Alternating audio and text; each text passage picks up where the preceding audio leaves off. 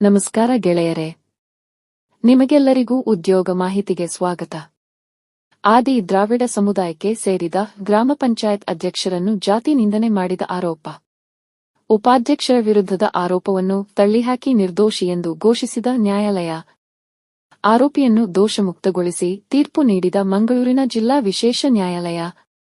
ಅಧ್ಯಕ್ಷರ ಭ್ರಷ್ಟಾಚಾರದ ಕರ್ಮಕಾಂಡ ಬಯಲಿಗೆಳೆದ ಉಪಾಧ್ಯಕ್ಷರ ವಿರುದ್ಧ ಕೇಸು ಹಾಕಿದ್ದ ದೂರುದಾರೆ. ಪರಿಶಿಷ್ಟ ಜಾತಿ ಮತ್ತು ಪರಿಶಿಷ್ಟ ಪಂಗಡದ ದೌರ್ಜನ್ಯ ತಡೆ ಕಾಯ್ದೆ ಅಡಿಯಲ್ಲಿ ಸಾರ್ವಜನಿಕ ಸ್ಥಳದಲ್ಲಿ ನೆಲ್ಲಿಕಾರು ಗ್ರಾಮ ಪಂಚಾಯಿತಿ ಅಧ್ಯಕ್ಷರನ್ನು ಜಾತಿ ನಿಂದನೆ ಮಾಡಲಾಗಿದೆ ಎಂಬ ಆರೋಪ ಪ್ರಕರಣದಲ್ಲಿ ಆರೋಪಿಯನ್ನು ದೋಷಮುಕ್ತಗೊಳಿಸಿ ಮಂಗಳೂರು 2ನೇ ಹೆಚ್ಚುವರಿ ಜಿಲ್ಲಾ ಮತ್ತು ಸೆಷನ್ಸ್ ವಿಶೇಷ ನ್ಯಾಯಾಲಯ ತೀರ್ಪು ನೀಡಿದೆ. ಮಂಗಳೂರು 2ನೇ ಹೆಚ್ಚುವರಿ ಜಿಲ್ಲಾ ಮತ್ತು ಸೆಷನ್ಸ್ ವಿಶೇಷ ನ್ಯಾಯಾಲಯದ ನ್ಯಾಯಾಧೀಶರಾದ ಪ್ರೀತಿ ಕೆಪಿ ಅವರು ಈ ಆದೇಶ ಹೊರಡಿಸಿದ್ದಾರೆ. ಪರಿಶಿಷ್ಟ ಜಾತಿ ಮತ್ತು ಪರಿಶಿಷ್ಟ ಪಂಗಡ ದೌರ್ಜನ್ಯ ತಡೆ ಕಾಯ್ದೆಯಡಿ ಆರೋಪಿ ವಿರುದ್ಧದ ಆರೋಪ ಸಾಬೀತುಪಡಿಸುವಲ್ಲಿ ಪ್ರಾಸಿಕ್ಯೂಷನ್ ವಿಫಲವಾಗಿದೆ ಎಂದು ಅಭಿಪ್ರಾಯಪಟ್ಟು ಆರೋಪಿಯನ್ನು ಆರೋಪದಿಂದ ಖುಲಾಸೆಗೊಳಿಸಿದೆ. ಪ್ರಕರಣದ ವಿವರ ಹೀಗಿದೆ. ಆರೋಪಿ ಶಶಿಧರ್ ಎಂ ವಿರುದ್ಧ ಜೂನ್ 23, 2021 ರಂದು ನೆಲ್ಲಿಕಾರು ಗ್ರಾಮ ಪಂಚಾಯತ್ ಅಧ್ಯಕ್ಷರಾದ ಸುಶೀಲಾ ಅವರು ಪರಿಶಿಷ್ಟ ಜಾತಿ ಮತ್ತು ಪರಿಶಿಷ್ಟ ಪಂಗಡ ದೌರ್ಜನ್ಯ ತಡೆ ಕಾಯ್ದೆಯಡಿ ತಮ್ಮ ವಿರುದ್ಧ ಜಾತಿ ನಿಂದನೆ ಮಾಡಿದ್ದರು ಎಂದು ಮೂಡಬಿದಿರೆ ಪೊಲೀಸ್ ಠಾಣೆಯಲ್ಲಿ ದೂರು ದಾಖಲಿಸಿದ್ದರು.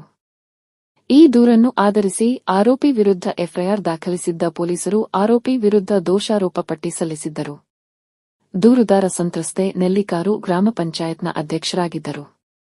ಅವರು ಪರಿಶಿಷ್ಟ ಜಾತಿಯ ಆದಿ ದ್ರಾವಿಡ ಸಮುದಾಯಕ್ಕೆ ಸೇರಿದ್ದರು. ಜೂನ್ 22, 2021 ರಂದು ಪಂಚಾಯತ್ನಲ್ಲಿ ಸಾಮಾನ್ಯ ಸಭೆ ನಡೆದ ಸಂದರ್ಭದಲ್ಲಿ ಜಾತಿ ನಿಂದನೆ ಮಾಡಿದ್ದರು ಎಂದು ಆರೋಪಿಸಲಾಗಿತ್ತು. ದೂರುದಾರರಾದ ಪಂಚಾಯತ್ ಅಧ್ಯಕ್ಷೆ ಸುಶೀಲಾ ಮತ್ತು ಪಂಚಾಯತ್ ಅಭಿವೃದ್ಧಿ ಅಧಿಕಾರಿ ಸೇರಿದಂತೆ 14 ಸಾಕ್ಷಿಗಳನ್ನು ವಿಚಾರಣೆಗೆ ಒಳಪಡಿಸಲಾಗಿತ್ತು. ಪ್ರಾಸಿಕ್ಯೂಷನ್ ಪರವಾಗಿ 21 ದಾಖಲೆಗಳನ್ನು ಹಾಜರುಪಡಿಸಲಾಗಿತ್ತು. ಆರೋಪಿ ಪರವಾಗಿ 1 ದಾಖಲೆಯನ್ನು ಹಾಜರುಪಡಿಸಲಾಗಿತ್ತು.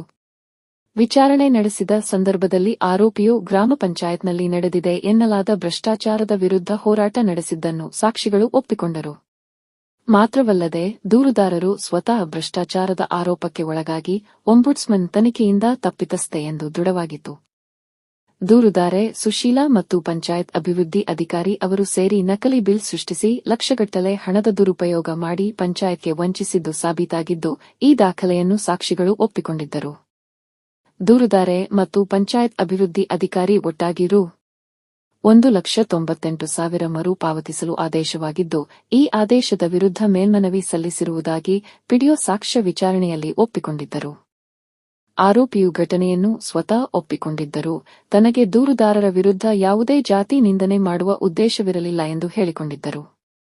ಸಾಕ್ಷಿಗಳ ಹೇಳಿಕೆ ಮತ್ತು ಸಾಕ್ಷ್ಯಗಳನ್ನು ಸೂಕ್ಷ್ಮವಾಗಿ ಪರಿಶೀಲಿಸಿದ ಮಾನ್ಯ ನ್ಯಾಯಾಲಯ ಪ್ರಕರಣದಲ್ಲಿ ಆರೋಪಿಯ ವಿರುದ್ಧ ಆರೋಪವನ್ನು ಸಾಬೀತುಪಡಿಸಲು ಅಭಿಯೋಜನೆ ವಿಫಲವಾಗಿದೆ ಎಂದು ಅಭಿಪ್ರಾಯಪಟ್ಟು ಆರೋಪಿಯನ್ನು ಖುಲಾಸೆಗೊಳಿಸಿ ತೀರ್ಪು ನೀಡಿದೆ.